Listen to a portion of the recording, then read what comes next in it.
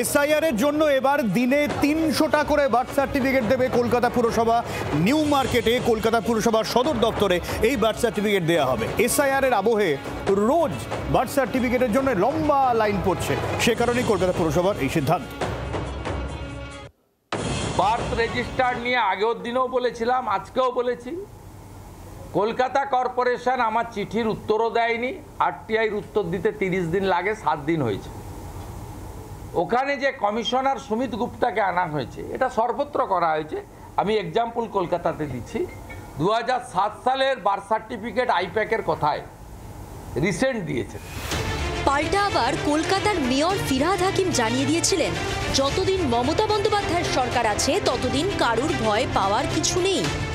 এটা একটা আতঙ্ক সৃষ্টি করছে আমাদের বিরোধী দল এখন। যে আমি মানুষকে বলবো যে যাদের বার্থ সার্টিফিকেট আছে থাকুন। যতদিন আমাদের মুখ্যমন্ত্রী মমতা বন্দ্যোপাধ্যায় আছেন, একটাও আমরা নাগরিক, আমার সহনাগরিক, আমাদের কারোর ভোট অধিকার বাদ যাবে না। কারোর কোনো প্যানিক করার দরকার নেই। তার কারণ এটা খুব হচ্ছে। আমার এখানে লাইন দিয়ে বার্থ সার্টিফিকেটের জন্য সকাল থেকে লোক দাঁড়িয়ে রয়েছে। এবার সত্যি সত্যি রোজ জন্মের শংসাপত্র দেওয়ার সংখ্যা বাড়ানোর সিদ্ধান্ত নিল কলকাতা পুরসভা। এসআইআর আবহে বার্থ সার্টিফিকেট নেওয়ার হিড়িক দেখা যাচ্ছিল কলকাতা পুরসভায়। এই সময় মেয়র আশ্বাস করেছিলেন নাগরিকদের যে প্রত্যেকেরই বার্থ সার্টিফিকেট মিলবে। সাধারণত 150টি করে বার্থ সার্টিফিকেট দিন প্রতি ইস্যু করত কলকাতা পুরসভা। এসআইআর আবহে নাগরিকদের ভিড় বাড়তে থাকায় তা 150 থেকে 300 করা হলো। তাই জন্মের শংসাপত্র নিয়ে টানাটানির আর দরকার নেই বলেই মনে করছে কলকাতা পুরসভা।